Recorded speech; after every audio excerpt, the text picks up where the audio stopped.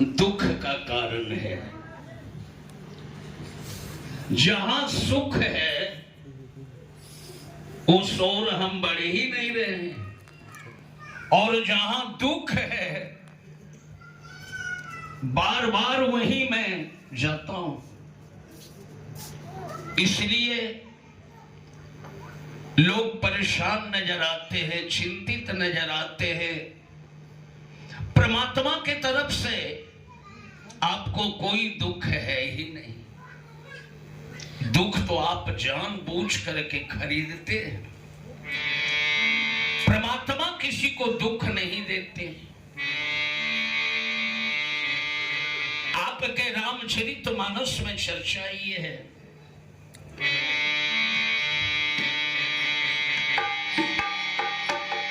निज कृत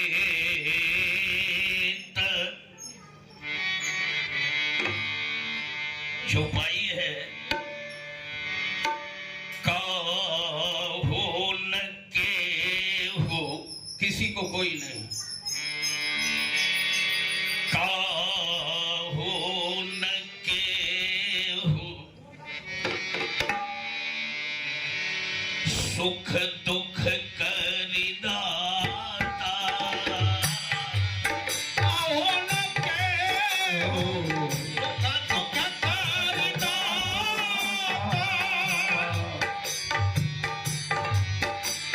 सुख दुख करिदाता। अभी ओरस जो कर रहा है दोनों युवक, मेरे साथ 12 बरस संगति किया, और जितने बैठे हुए हैं अभी भी मेरे साथ हैं।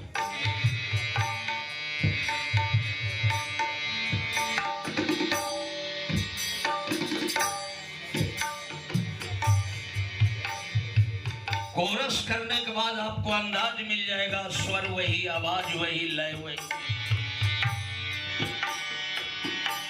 काहू न केहू सुख दुख करिदाता। काहू न केहू सुख दुख करिदाता। काहू न केहू सुख दुख करिदाता। काहू न केहू सुख दुख करिदाता। निज कृत कर्म, निज माने अपना, हमारी अपनी कमाई है। आप जो कर्तव्य किए हैं या किए होंगे या कर रहे हैं, वही आप में कहीं न कहीं जाके सटता है, किसी न किसी रूप में। सच्चाई यही है।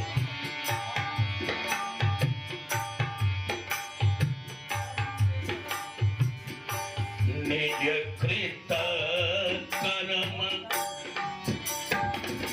सुभोग होता। निज कृत कर्म सुभोग होता। निज कृत कर्म भोग होता।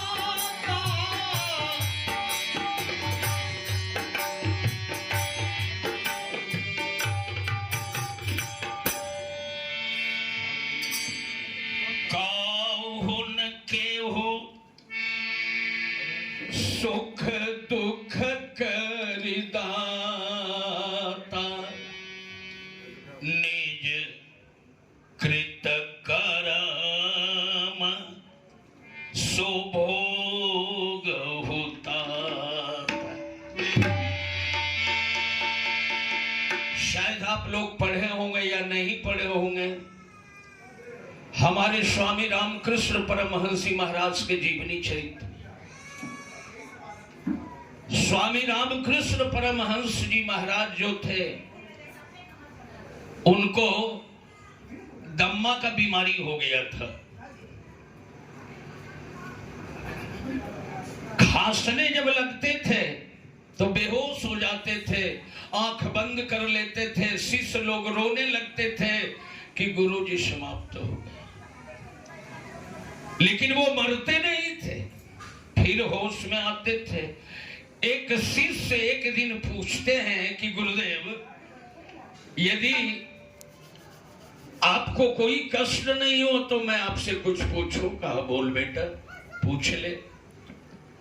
कहा गुरुदेव, 4 बजे भोर के बेला में रोज भगवती आती है, मैया काली आती है आपके पास, तो आप क्यों नहीं कहते हैं कि मैया ये बीमारी तुम लेते जाओ, मैं मर जाता हूं खांसते खांसते।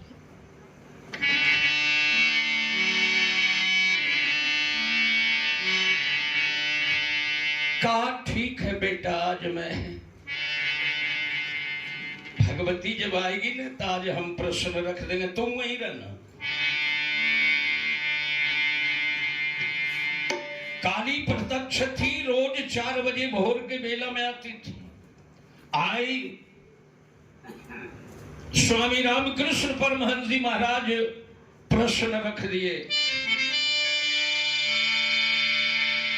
भगवती मुस्कुराने लगी, कहा बेटा चुटकी बजाएंगे बीमारी तुम्हारा समाप्त हो जाएगा, लेकिन अगले जन्म में फिर ये बीमारी हो जाएगा, बोलो मंजूर है तो मैं लेते जाऊंगा। कहा माता जी ऐसी बात क्यों? कहा ये तुम्हारा भोग है बेटा, किसी जन्म का ये तुम्हारा भोग है, कहीं मिसयूज हुआ है। भाइयों, फूल का माला बनाते हैं, गला में पहराते हैं किसी को या पहनते हैं।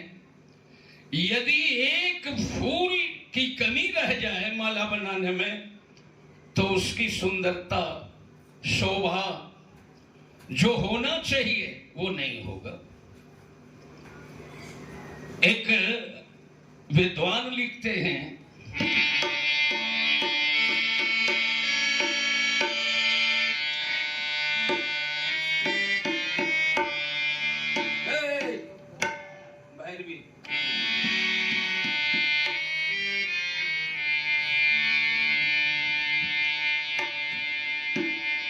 बस एक फूल है,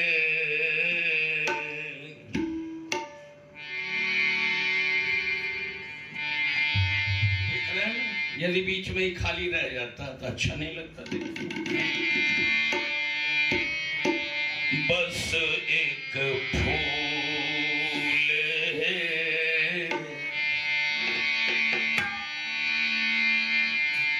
एक फूल कम है,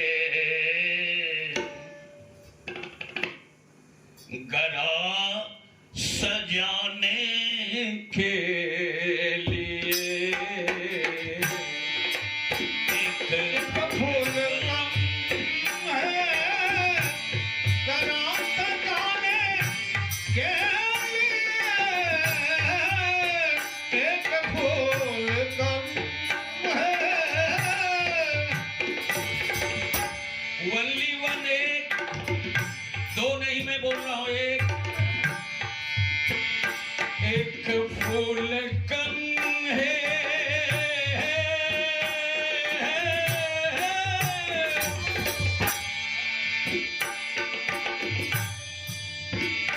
एक फूल कम है,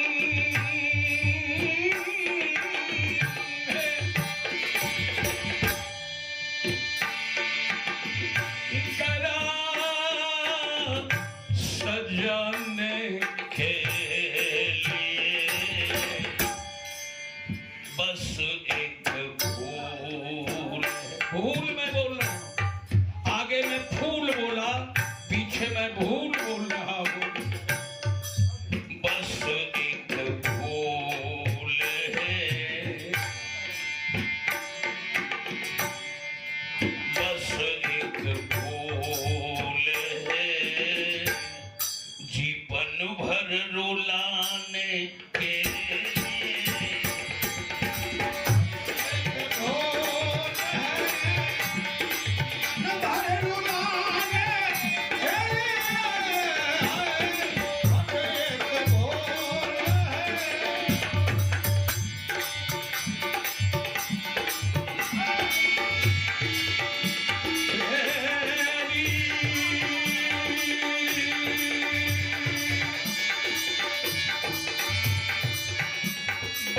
एक भूल,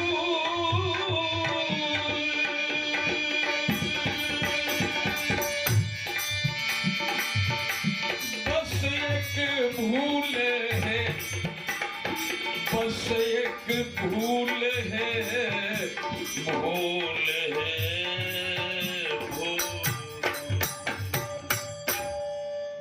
एक फूल कम है गला सजाने के लिए, और एक भूल यदि जीवन में आप करते हैं तो वो जिंदगी भर रोना पड़ेगा आपको।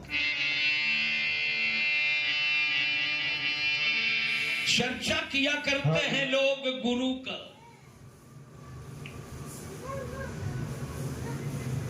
अभी आप मेरे द्वारा भी सुने गुरु की चर्चा। गुरु क्या करते हैं, गुरु क्या देते हैं? चलिए मैं शीर्षक रख रहा हूं, अपने से बड़ों को सम्मान करना चाहिए, अपने से बड़ों को अनादर नहीं करना चाहिए, चाहे भाई हो, पिता हो, माता हो, दादा हो, दादी हो, जेठानी हो, इत्यादि इत्यादि। बड़े भाई का, बड़े भौजाई का तो खैर अनादर करना ही नहीं चाहिए, कभी नहीं, भूल से भी नहीं, और बड़ी भौजाई से मजाक भी नहीं करना चाहिए।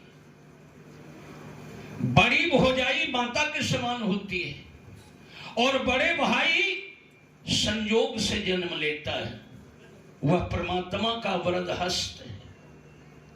बड़े भाई देवतुल्य होता है, वो पिता के समान होता है। भाइयों, इसका एक प्रमाण आया है आपके रामचरितमानस में, आप पढ़े होंगे, आप जानते हैं। कई वरदान मांग ली थी भरत के लिए 14 वर्ष के लिए। दूसरा बेटा होता तो वो गद्दी पर बैठ जाता, राज्य करता। भारत क्यों नहीं बैठा? यदि उस दिन भारत राजा बन जाता तो आज चक्रवर्ती दशरथ महाराज का छवि ध्रुवित हो जाता, आज भारत अमर नहीं हो पाता और राम की कृति मिट्टी पलीद हो जाती। उसकी कृति को फैलाने वाला कौन है? भाई भरत है। घर का एक परिवार यदि विवेक से काम ले तो वो घर स्वर्ग बन सकता है, और यदि उसका विवेक नष्ट हो जाए 1 करोड़ रुपया महीना आने के बाद भी वो घर नरक बन जाएगा। बोल वृंदावन बिहारी लाल की।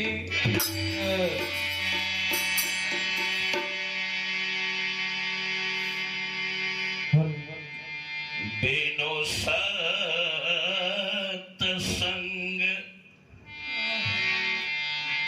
ये ज्ञान लेने का स्थान है जहां आप लोग बैठे हुए हैं, और आज कलयुग में इसे ही छोड़ रहे हैं आप। शराब की जहां दुकान है वहां भीड़ लगाते हैं, जाते हैं,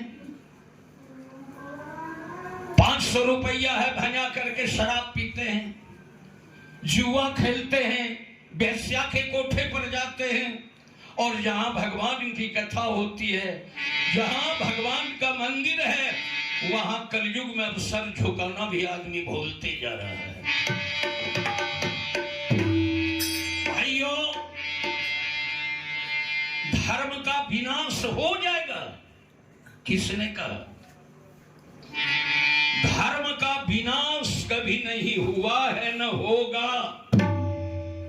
धर्म न घटता है न बढ़ता है, घटता बढ़ता है पाप। पाप घट जाता है, बढ़ जाता है, धर्म तो अचल है। एक तिल वो घटेगा नहीं और एक तिल बढ़ेगा नहीं। कौआ को देखें,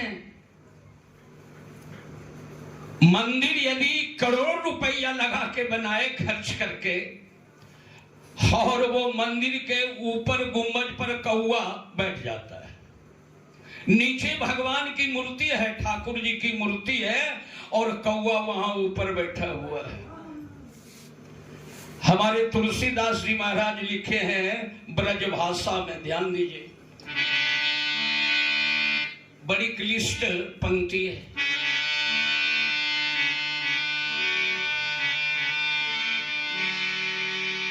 तुलसी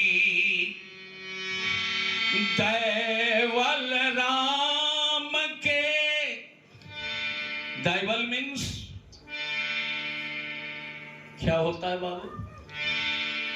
दैवल, दैवल मीन्स मंदिर, मंदिर का दूसरा नाम है दैवल।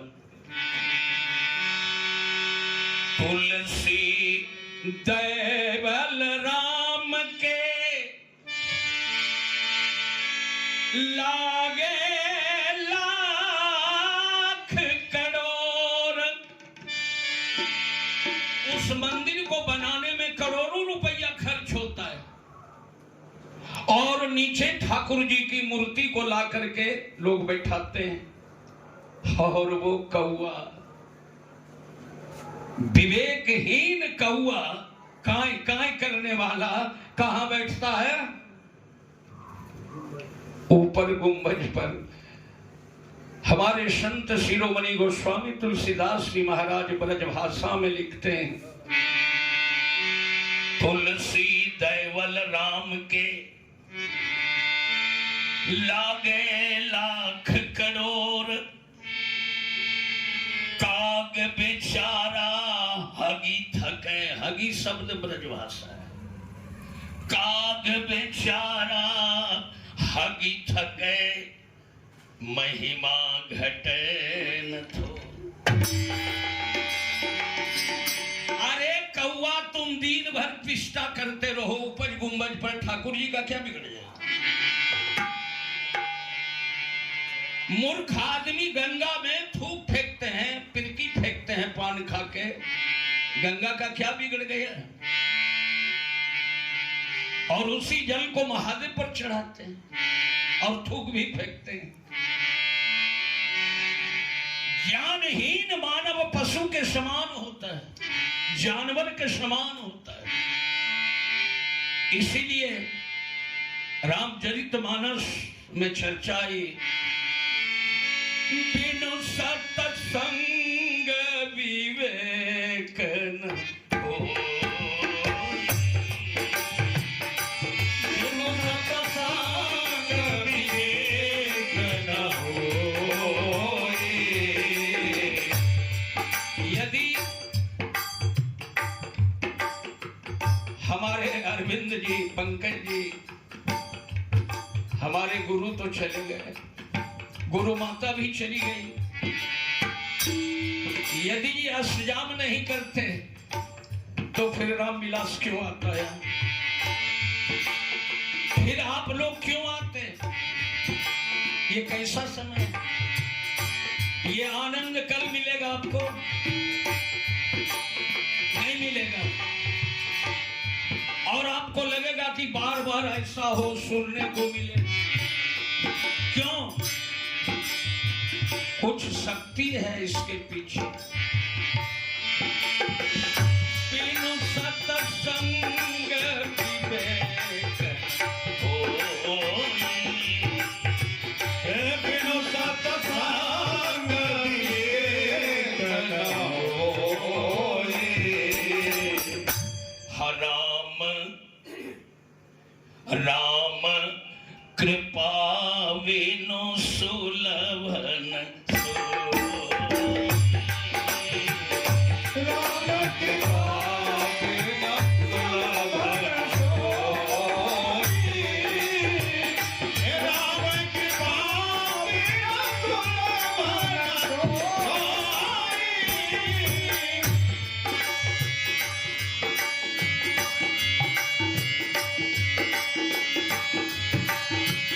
साधन धाम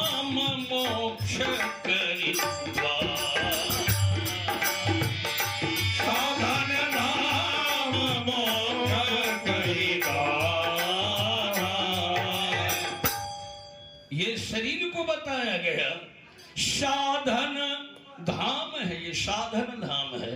मोक्ष करी द्वारा।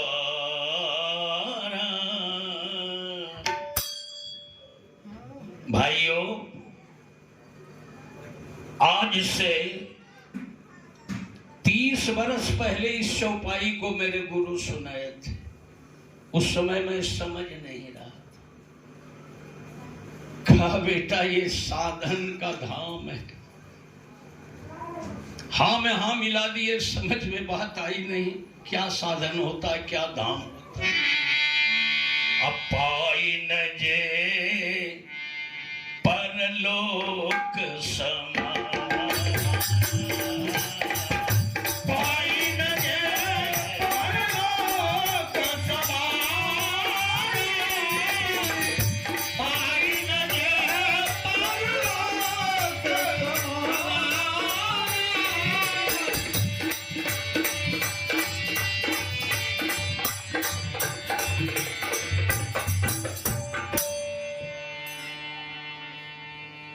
गुरु क्या करते हैं?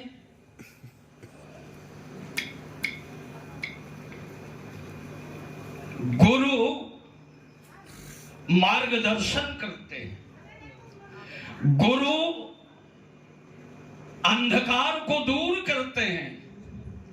गुरु विवेक भर देते हैं, ज्ञानी बना देते हैं, विद्वान बना देते हैं, रास्ता दिखलाते हैं।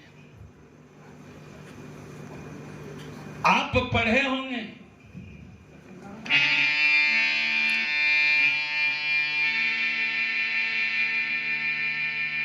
मतंग ऋषि एक शब्द बोले थे शरीर छोड़ने के पहले। पढ़ लीजिएगा जीवनी चरित्र। मतंग ऋषि एक शब्द बोले थे।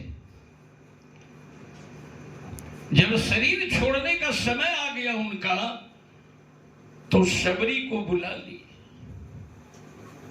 कहा बेटी शबरी, कहा गुरुदेव आज आप रो रहे हैं क्यों?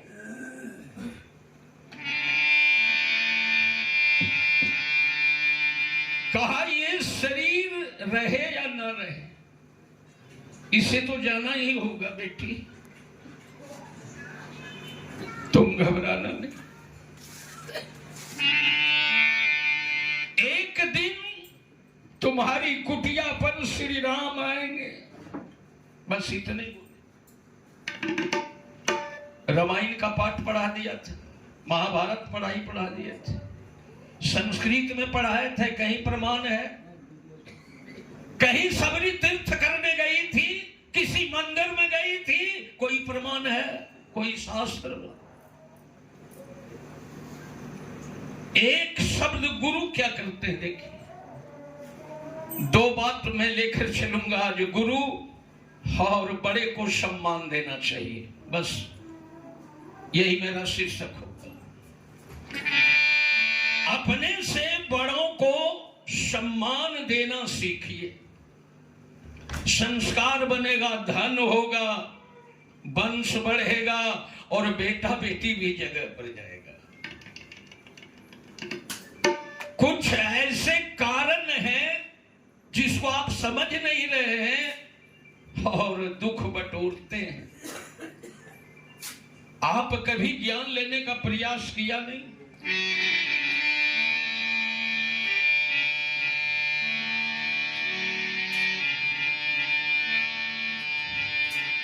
भरतलाल जी छोटे थे ना, राम बड़े थे। बैठ रहना चाहिए सिंहासन पर उनको। बिना परेशानी का राज्य मिल रहा था भरत को। इससे और खुशी की बात क्या होगी? भरतलाल जी जब कौशल्या के पास गए तो क्या बोले भरतलाल जी? ए मां,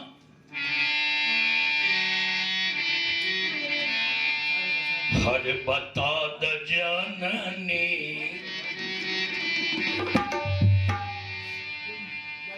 चला गया। चलिए मेरे तरफ ध्यान दीजिए।